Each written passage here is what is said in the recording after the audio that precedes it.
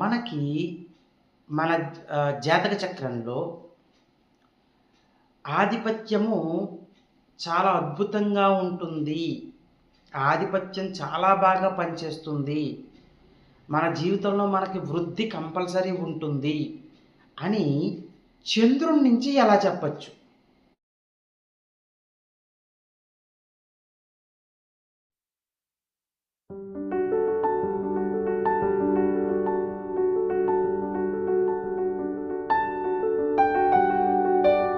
శ్రీ మాధవానంద గురుభ్యో నమః. శ్రీమాత్రే నమః.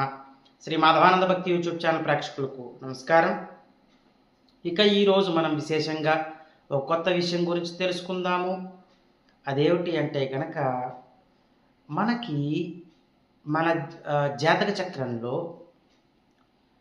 ఆధిపత్యము చాలా అద్భుతంగా ఉంటుంది. ఆధిపత్యం చాలా బాగా పనిచేస్తుంది. మన జీవితంలో మనకి వృద్ధి కంపల్సరీ ఉంటుంది అని చంద్రుడి నుంచి ఎలా చెప్పచ్చు? ఇక్కడ లగ్నంతో మాట్లాడట్లేదు ఈ వీడియోలో. చంద్రుడి నుంచి ఎలా చెప్పచ్చు? మనం చూస్తూ ఉంటాం, ఇప్పుడు గోచార ఫలితాలు చెప్తూ ఉంటాం మేము. ఈ జ్యోతిష్యులందరం కూడా గోచార ఫలితాలు ఎలా చెప్తాము? చంద్రుడిని బేస్ చేసుకుని చెప్తాము. అలాగే మనకు ఒక ఆధిపత్యం చాలా అద్భుతంగా ఉంటుంది అన్న, మన కెరియర్ చాలా అద్భుతంగా ఉంటుంది అన్న, లేదా మనకు ధన సంపదన చాలా అద్భుతంగా ఉంటుంది అన్న, లేదు మనకు వ్యాపారం చాలా అద్భుతంగా ఉంటుంది అన్న, మన పూర్వపుణ్యస్థానం అద్భుతంగా ఉంటుంది అన్న, మన భాగ్యం అద్భుతంగా ఉంటుంది అన్న, మనం ఒక మంచి స్టేటస్ పొందుతామా లేదా అన్నది కూడా ఎలా చెప్పచ్చు? ఇవన్నీ కూడా వస్తాయి ఇందులోకి. చంద్రుడి నుంచి చెప్తాం ఇప్పుడు.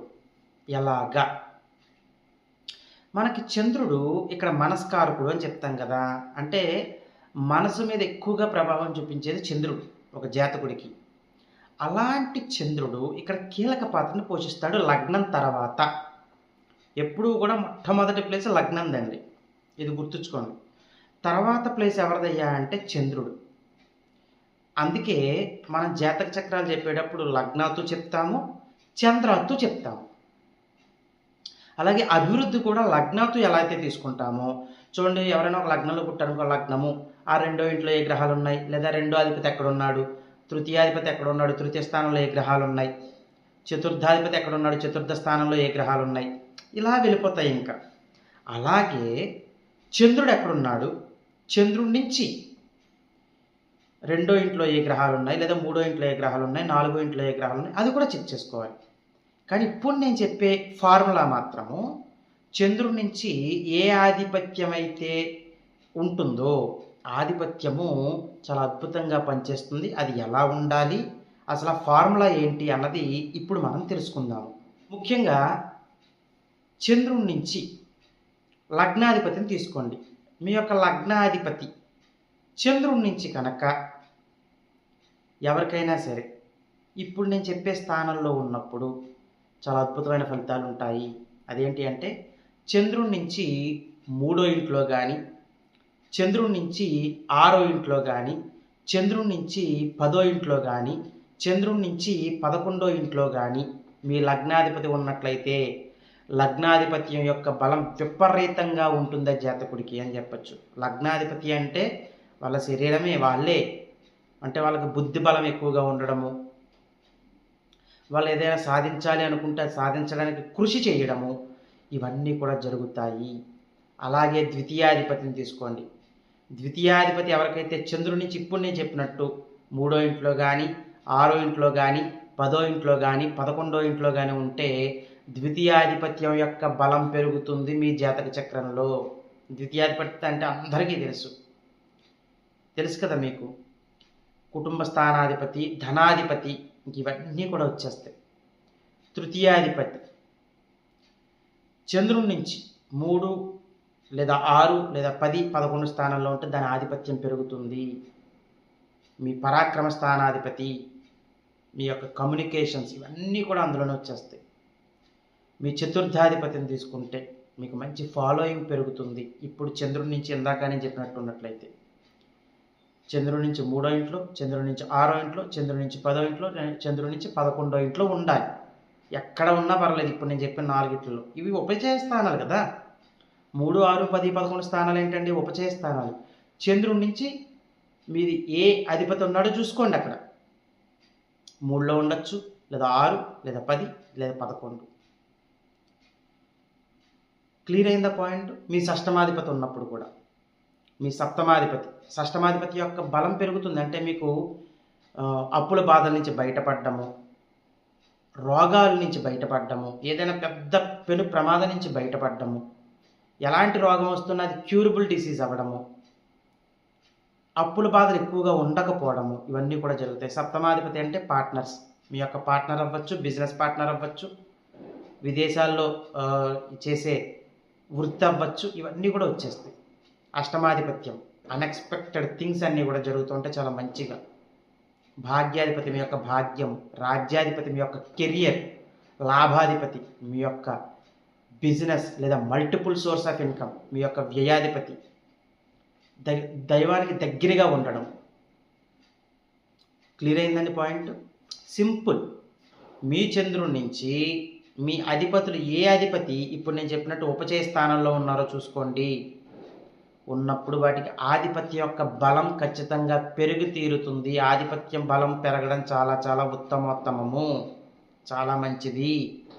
ఎప్పుడైనా గుర్తుంచుకోండి, మీ జాతక చక్రంలో ఏ జాతకుడికైనా జాతక చక్రంలో ఆధిపత్యాల యొక్క బలం ఉండాలి. ఆధిపత్య బలహీన పడినప్పుడు ఆధిపత్యం యొక్క బలం తగ్గిపోయింది అనుకోండి, దాని యొక్క పవర్ ఉండదు. ఇంక ఉదాహరణకి ద్వితీయాధిపత్యమే బలం తగ్గింది అనుకోండి. ద్వితీయాధిపతి అంటే ఏంటి? ధన సంపాదన.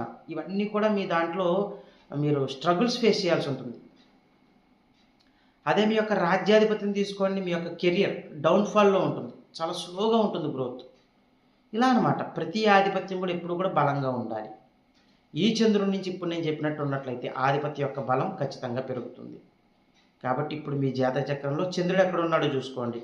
అక్కడి నుంచి 3, 6, 10, 11 స్థానాలు అంటే చెక్ చేసుకోండి. అక్కడ ఏవైనా అధిపతులు ఉన్నారేమో చూసుకోండి. ఇది అధిపతులు ఉన్నప్పుడు మాత్రమే వర్తిస్తుంది, అధిపతులు లేకుండా వర్తించదు.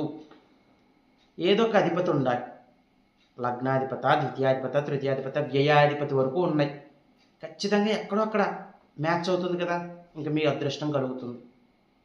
ఇలాగ మనం చెక్ చేసుకోవాలి. ఇలా ఉన్నప్పుడు ఆ జాతకులకి ఏంటంటే ఒక రాజయోగ జాతకులు అంటాం. ఎప్పుడు రాజయోగ జాతకులు అంటామంటే అండి, ఏదో ఒక్కటి కలిసినప్పుడు కాదు. 2 అంటే 2 కంటే ఎక్కువ ఉండాలి స్థానాధిపతులు. ఈ 4 ఉపచయ స్థానాల్లో 2 గ్రహాలు, ఉదాహరణకి చంద్రుడి నుంచి 3వ ఇంట్లో గ్రహం ఉంది, పర్వాలేదు. చంద్రుడి నుంచి 3వ ఇంట్లో గ్రహం ఉంది, 10వ ఇంట్లో గ్రహం ఉంది, 11వ ఇంట్లో గ్రహం ఉంది. 3 గ్రహాలు కవర్ అయ్యాయి ఇప్పుడు ఉపచయ స్థానాల్లో. ఎక్సలెంట్గా ఉంటుంది. చంద్రుడి నుంచి 3, 6, 10, 11 స్థానాల్లో కూడా గ్రహాలు ఉన్నాయి. ఇంకా వాళ్ళు మిరాకిల్స్ సృష్టిస్తారన్నమాట. ఇప్పుడు మనం పెద్ద పెద్ద స్టార్స్ని చూస్తాం, ఒక స్టార్డమ్ ఉన్న పర్సన్స్ని చూస్తాం, వాళ్ళు ఇలాగే జన్మిస్తారు. లేదు 2 గ్రహాలే ఉన్నాయి, 6లో కానీ లేదా 11లో కానీ 2 గ్రహాలు ఉన్నాయి, మంచిది. ఒక గ్రహమే ఎక్కడో అక్కడ ఉంది, 3లో కానీ 6లో కానీ 10 కానీ 11 కానీ ఏదో ఒక గ్రహమే ఉంది, పర్వాలేదు. అసలు 3లో కానీ చంద్రుడి నుంచి 6లో కానీ 10లో కానీ 11లో కానీ ఏ అధిపతి లేరు, అసలు మీకు ఈ అదృష్టం అన్నది వర్తించదు. ఇంకా అదృష్టాలు వేరే రకంగా ఉంటాయి. ఇప్పుడు ఈ కంటెంట్లో ఈ పరంగా ఈ అదృష్టం వర్తించదు. ప్రతిదానికి మ్యాచ్ ఇది కలిపేసుకోకండి, దేనికి దానికి. క్లియర్ అయిందా? ఇప్పుడు ఇదంతా మనం ఎందుకు చూస్తున్నాం అంటే చంద్రుడి నుంచి చాలా ముఖ్యం చూడటం. మనస్కారకుడు కదా చంద్రుడు, మన మనసు మీద ఎక్కువ ప్రభావం చూపించేది చంద్రుడే. అందుకే చాలామంది ఈ చంద్ర ప్రభావం వల్లే పాజిటివ్గా చంద్రుడు, పూర్ణచంద్రుడు అనుకోండి చాలా దృఢంగా ఉంటారు ఆ జాతకులు. అదే క్షీణచంద్రుడు అనుకోండి చాలా బలహీనంగా ఉంటుంది వాళ్ళ మనస్సు. అంటే చంచలంగా ఉంటుంది వాళ్ళ మనస్సు, చంచలత్వం ఎక్కువ ఉంటుంది. ఏది తట్టుకోలేకపోవడము, ఎమోషన్స్ని కంట్రోల్ చేసుకోలేకపోవడము. చాలామందిని చూస్తూ ఉంటాం మనం, వాళ్ళ ఎమోషన్స్ని కంట్రోల్ చేసుకోలేరు వాళ్ళు. ఉదాహరణకి మాకు కూడా అలాంటివి ఫేస్ చేస్తూ ఉంటాం మేము. ఎందుకంటే ఎవరైనా కాల్ చేశారనుకోండి, ఒక ఫీజు చెప్పినప్పుడు తగ్గదన్న అనుకోండి, వాళ్ళు ఈ రీసెంట్గా ఎవరు కామెంట్ కూడా పెట్టారు, మీరు డబ్బుల కోసం వీడియోలు చేస్తున్నారు, ఇంత తీసుకుంటున్నారు, ఏం తగ్గించట్లేదు అని చెప్పి. మీరు ఒక పని చేయండి, మీరు ఏం చేస్తారంటే ఇలా అన్నవాళ్ళు, మీకు సంతానం ఉంటే కనుక వాళ్ళని సగం జీతానికే పని చేయమనండి ఉద్యోగం. వాళ్ళు చేసే కంపెనీలో ఫుల్ జీతం తీసుకోవద్దు. మీరు ఆ దయ చూపించండి వాళ్ళ మీద. అప్పుడు మీరు ఇలాంటి కామెంట్స్ పెడుతూ ఉండండి. ఇది ఎందుకు చెప్తున్నానంటే ఏదో నాకు జరిగింది కదా ఇన్సల్ట్ అని చెప్పడం కాదు. ఒక ఎగ్జాంపుల్ నాకు జరిగింది కాబట్టి మీకు చెప్తే అర్థమవుతుందండి. క్షీరచంద్రుడు ఉన్నప్పుడు ఆ ఎమోషన్స్‌ని కంట్రోల్ చేసుకోలేరు వాళ్ళు. ఎలా అయినా వ్యక్తపరిచేయాలి అది. ఎలా వ్యక్తపరిచారు వాళ్ళు? కామెంట్ రూపంలో వ్యక్తపరిచేశారు. అప్పుడు వాళ్ళకి ఎలా ఉంటుందంటే మనసు ప్రశాంతంగా ఉంటుంది. హమ్మయ్య! నేను భారం తీర్చేసుకున్నాను. నా మనసులో ఉన్న భారం అంతా నేను కామెంట్ రూపంలో చెప్పేసాను. వాళ్ళు చదువుతారు కదా! చదువుతారు కరెక్టే. కానీ నాకు నష్టమేమి ఉండదు కదా!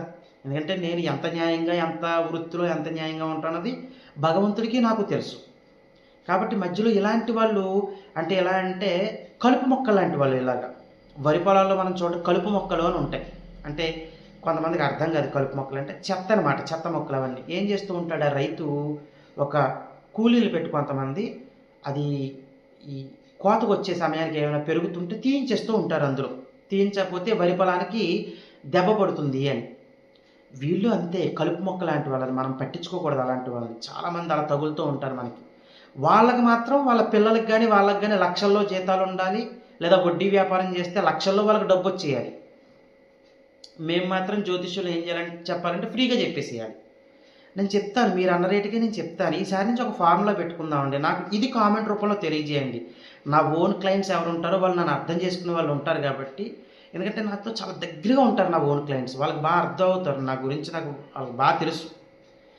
కామెంట్లో చెప్పండి. మనము ఒక 1000లోనో, 1500లోనో, 2000లోనో జాతకం చెప్పేద్దామండి వీళ్ళకి. ఇలాంటి వాళ్ళకి. ఈ కలుపు మొక్కలు లాంటి వాళ్ళకి.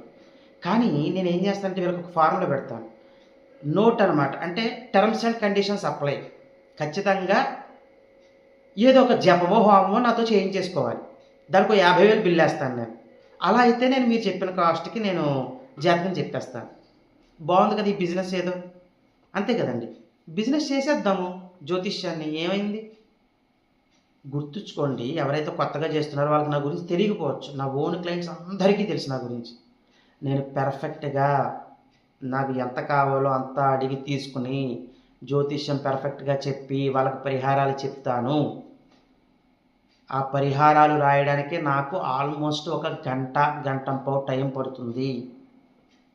ఆ రిజల్ట్ వచ్చిన వాళ్ళు నాకు వాయిస్ మెసేజ్‌లు పెట్టేవాళ్ళున్నారు. నార్మల్ మెసేజ్‌లు మేము సక్సెస్ అయ్యామని నార్మల్ మెసేజ్‌లు పెట్టిన వాళ్ళున్నారు. నా క్లయింట్స్ అందరూ నాకు తెలుసు. వాళ్ళ మెసేజ్‌లు ఏంటో నాకు తెలుసు. వాళ్ళు ఎంత సక్సెస్ అయ్యారో నాకు తెలుసు. ఈ కలుపు మొక్కలు ఎవరైతే ఉన్నారో దయచేసి వాళ్ళు బిజినెస్ చేసి జ్యోతిష్యుల దగ్గరికి వెళ్ళండి. మీకు వాళ్ళే కరెక్ట్. అర్థమైందండి. తర్వాత ఇదంతా నేను చెప్పిన తర్వాత మళ్ళీ ఇంకో కామెంట్ వస్తుంది. మీది సోది ఎక్కువయిందని చెప్పి రీసెంట్‌గా ఎవడో పెట్టాడు. సోది ఎక్కువగా ఉంటుంది, కాన్సెప్ట్ తక్కువ ఉంటుందని చెప్పి. అలాంటి వాళ్ళు ఈ వీడియోలు చూడకండి. మీకు ఎవరైతే పెర్ఫెక్ట్‌గా చెప్తున్నారో అనుకున్నారో వాళ్ళ వీడియోలు చూడండి తప్పు లేదు. ఇవన్నీ గమనించుకోండి. కొన్ని రూల్స్ ఉంటాయి నా దగ్గర. ఏంటంటే పెర్ఫెక్ట్‌గా నన్ను అర్థం చేసుకునే వాళ్ళు నా వీడియోలు చూడండి. ఇదొక్కటే నేను చెప్తాను ఎప్పుడూ కూడా. నాకు దగ్గరగా ఉండాలి అనుకుంటున్న వాళ్ళు వీడియోలు చూడండి. తిడుతూ వీడియోలు పెట్టడము. వాడెవడో ఒక 1 ఇయర్ బ్యాక్ అనమాట వాడు. మరి వీడియోలు చూస్తున్నాడో నాకు తెలియదు కానీ ఒక వీడియో పెట్టాడు నన్ను తిడుతూ. నేను ఇంతకీ నువ్వని మాట్లాడుతూ ఒక వీడియో పంపించాను వాడికి అంతే. నువ్వు అన్నాను అంతే. వాడు ఇంకా నానా బూతులు తిడుతూ ఒక వీడియో పెట్టాడు. ఇంకా వీడియో నా దగ్గర ఉంది. అలాంటి వాడిని ఏం చేయాలి మరి? వాడికి అసలు సంస్కారం ఉందా లేదా అన్నది కూడా గమనించుకోవాలి కదా మనం. ఇలాంటి వాళ్ళందరూ అండి నేనేం చెప్తానంటే వరి పొలాల్లో కలుపు మొక్కలు ఎక్కువైపోయాయి. అవి మనం ఎప్పుడూ కూడా తీసి పక్కన పెడేస్తూ ఉండాలి. ఇదంతా ఎందుకు చెప్పారో తెలిసి సోదంతా వాళ్ళకి చంద్రుడు బలహీనంగా ఉన్నప్పుడు వాళ్ళ మనస్తత్వం ఎలా ఉంటుంది? ఎమోషన్స్‌ని కంట్రోల్ చేసుకోలేరు వాళ్ళు. ఇప్పుడు చాలామంది అనొచ్చు, అయ్యా మీరు కూడా ఎమోషన్స్‌ని కంట్రోల్ చేసుకోలేకపోయారు కదా! వీడియోలో చెప్పేశారు కదా వాళ్ళ గురించని. నేను ఉదాహరణ తెలియజేశాను. అలాంటి కలుపు మొక్కల గురించి నా మైండ్ పాడు చేసుకోను. అర్థమైందండి. నా జాతకం గురించి నాకు తెలుసు. నా బలహీనత గురించి నాకు తెలుసు. నా బలం గురించి నాకు తెలుసు. కాబట్టి నేను ఎప్పుడు పరమేశ్వరుడికి దగ్గరగా ఉంటాను కాబట్టి నా కంట్రోల్‌లో నేను ఉండగలుగుతాను. చంద్రుడు బలహీనంగా ఉన్నప్పుడు ప్రమాదకరమైన వాతావరణం ఉంటుంది. దయచేసి గమనించండి. ఇప్పుడు ఎవరికైతే చంద్రుడు వీక్‌గా ఉన్నాడో వాళ్ళకి తెలిసిపోతుంది కదా! వాళ్ళ ఎమోషన్స్ కంట్రోల్ అవ్వవు. ఆ జాతకులు చేసుకోవాల్సిన పరిహారాల దగ్గరికి వచ్చినట్లయితే యథాశక్తిగా ప్రతి సోమవారము కూడా ఒక అమ్మవారి ఫోటో తీసుకోండి. లక్ష్మీ అమ్మవారి ఫోటో తీసుకోండి.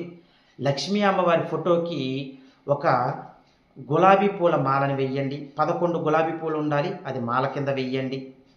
లక్ష్మీ అష్టోత్తర శతనామావళి అని ఉంటుంది. అది చిన్న తమలపాకు పెట్టుకుని అమ్మవారి ఫోటో దగ్గర కుంకుమతోటి అది చేస్తూ ఉండండి. ఆ బొట్టుని నుదుటిగా పెట్టుకుంటూ ఉండండి ప్రతిరోజు కూడా. మళ్ళా శుక్రవారం యథాశక్తిగా ఇలా చేస్తూ ఉండండి. తీపి ప్రసాదం ఏదైనా పర్వాలేదు నైవేద్యంగా పెట్టి మీరొకళ్ళు స్వీకరించండి, ఎవ్వరికీ ఇవ్వకండి. ఆటోమేటిక్‌గా కొన్ని వారాలు అయిన తర్వాత ఇలా కొన్ని వారాలు చేస్తూ ఉండండి. ఇన్ని వారాలని పెట్టుకోవద్దు. మీ ఎమోషన్స్ మీ కంట్రోల్‌లోకి వచ్చేస్తాయి. డెఫినిట్‌గా వస్తాయి. ఇది చేసి చూడండి. ఇక ఇవన్నీ చేసుకుంటూ మీరు సంఘంలోనూ, సమాజంలోనూ మంచి పేరు సంపాదించుకుంటూ, మీ కుటుంబ సభ్యులతో సుఖశాంతులతో జీవించాలని కోరుకుంటూ సర్వే జనా సుఖినో భవంతు. శుభం.